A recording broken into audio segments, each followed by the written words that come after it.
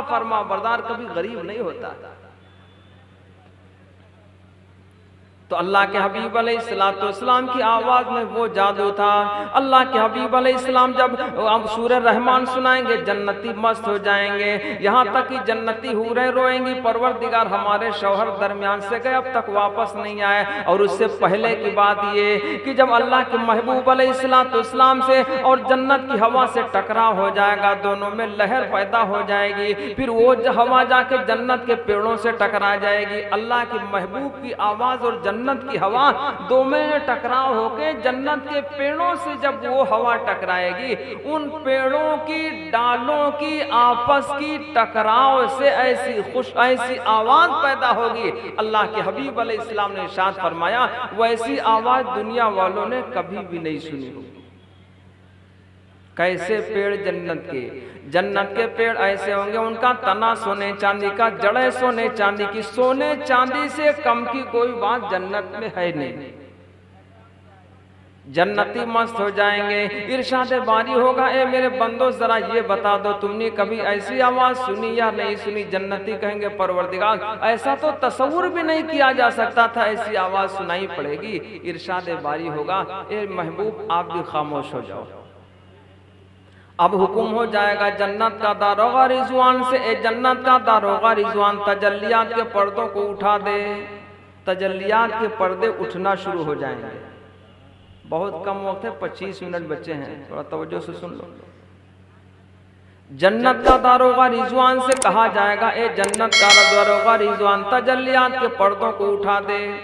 हजरत मौलाना कारी तैयब साहब रहमतुल्लाह अलैह ने इरशाद फरमाया कि अल्लाह की तजल्लियात के 70,000 पर्दे। कितने पर्दे भाई?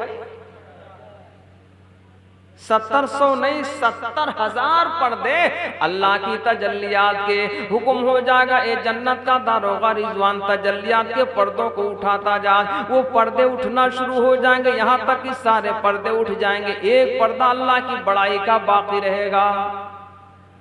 70,000 में से एक पर्दा बाकी रहेगा और सारे के सारे उठ जाएंगे। वो होगा अल्लाह की बड़ाई का पर्दा। अल किब्रिया रिदाई, बड़ाई अल्लाह की चादर है, इसीलिए टखनों का ढकने वाला मुतकब्बिर है। जो टखनों को ढकने का आदी हो ऐसे आदमी की तरफ मैदान क़यामत में अल्लाह नजर रहमत नहीं फरमाएगा। ये मुतकब्बिर की अलामत है, घमंडी की अलामत है। और अगर औरतें टखनों को खोले रखें तो हराम है। मर्द रा तशब्बुह ब जना व जन रा तशब्बुह ब मर्दा हराम है।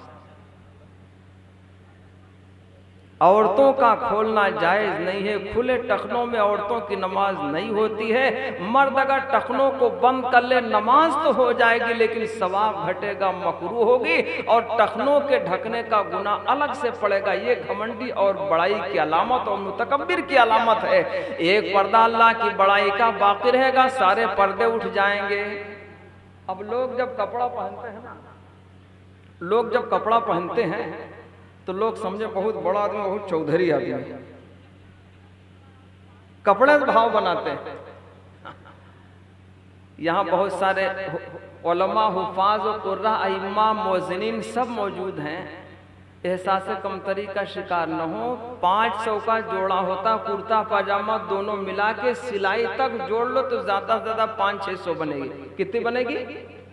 रात के 12 बज जाए, 1 बज जाए, 10 बज जाए, कोई सवारी का इंतजाम न हो, आदमी रोड पर खड़ा हुआ हो, कुर्ता पाजामा टोपी देकर गुजरने वाला कोई भी हो कहेगा आइए हाफिज साहब हमारी गाड़ी पे बैठ लीजिए, कहाँ जाना है? गाड़ी हो 4 पहिया चाहे मोटरसाइकिल हो, आपको बिठा लेगा। वज़ा कता कुर्ता पाजामा देकर बिठा लेगा। मुझे न जाने कितनी बार बिठाया।